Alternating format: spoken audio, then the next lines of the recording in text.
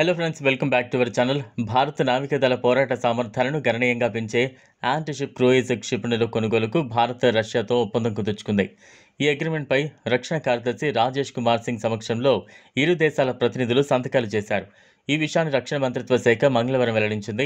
రాజేష్ కుమార్ సింగ్ సమక్షంలో న్యూఢిల్లీలో anti-ship cruise క్షిపణుల సేకరణకు రక్షణ మంత్రిత్వ శాఖ రష్యాతో అగ్రిమెంట్ చేసుకుంది.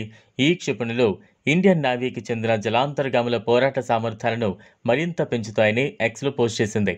అయితే ఒప్పందానికి సంబంధించిన వివరాలు వెల్లడించలేదు.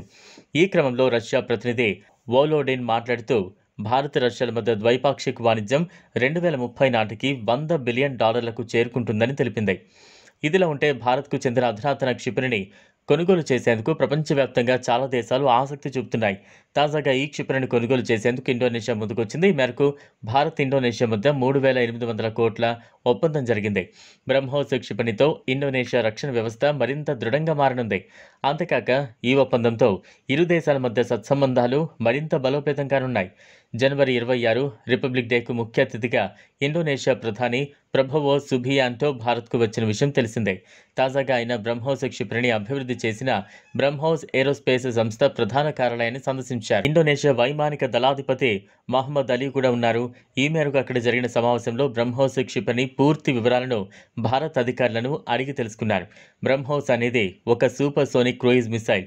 అత్యాధునిక స్టెల్త్ పరిజ్ఞానం కలిగిన మధ్యశ్రేణి రామ్జెట్ సూపర్ సోనిక్ క్రూయిజ్ క్షిపణి ఇది. భూమి, సముద్రం, ఆకాశం నుంచి ఈ మిసైల్ను ప్రయోగించవచ్చు. ఈ క్షిపణిని భారతదేశం, రష్యా సంయుక్తంగా అభివృద్ధి చేశాయి.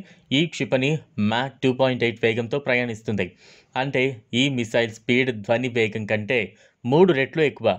ఇది ప్రపంచంలోనే అత్యంత వేగవంతమైన సూపర్ సోనిక్ క్రూయిజ్ మిసైల్గా గుర్తింపు పొందింది. భూమి, నౌకలపై దాడి చేయగల సామర్థ్యం ఈ క్షిపణికి ఉంది. 90 కిలోమీటర్లు. ఇది 10 నుంచి 15 కిలోమీటర్ల ఎత్తులో ప్రయాణించగలదు. దీనికి కొనసాగింపుగా బ్రహ్మోస్ 2ను కూడా అభివృద్ధి చేస్తున్నట్లు Indo Russian BrahMos programme CEO Atul Rane తెలిపారు. బ్రహ్మోస్ క్షిపణిని కొనుగోలు చేసిన మొదటి దేశంగా ఫిలిప్పీన్స్ నిలిచింది. ఆ తర్వాత వియత్నాం కూడా కొనుగోలుపై ఒప్పందం చేసుకుంది. గతంలో సుఖోయ్ 30 MKI యుద్ధ విమానం నుంచి బ్రహ్మోస్ క్షిపణిని భారత వైమానిక దళం విజయవంతంగా పరీక్షించింది. బంగాళాఖాతంలోని 400 కిలోమీటర్ల దూరంలో ఉన్న నౌకపై లక్ష్యాన్ని ఈ క్షిపణి విజయవంతంగా ఛేదించినట్లు రక్షణ శాఖ ఓ ప్రకటన విడుదల చేసింది. సూపర్ సోనిక్ క్రూయిజ్ క్షిపణి బంగాళాఖాతం ప్రాంతంలో నిర్దేశిత లక్ష్యాలను సాధించింది. సుఖోయ్ 30 యుద్ధ విమానాల నుంచి సుదూర ప్రాంతాలలోని భూమి లేదా సముద్ర లక్ష్యాలపై ఖచ్చితమైన దాడులు చేయగల భారత వైమానిక దళం సామర్థ్యాన్ని ఈ పరీక్ష పెంచిందని పేర్కొంది. ఈ వీడియో మీకు నచ్చినట్లయితే లైక్ చేయండి, షేర్ చేయండి, ఛానల్ను సబ్స్క్రైబ్ చేసుకోండి. Thanks for watching.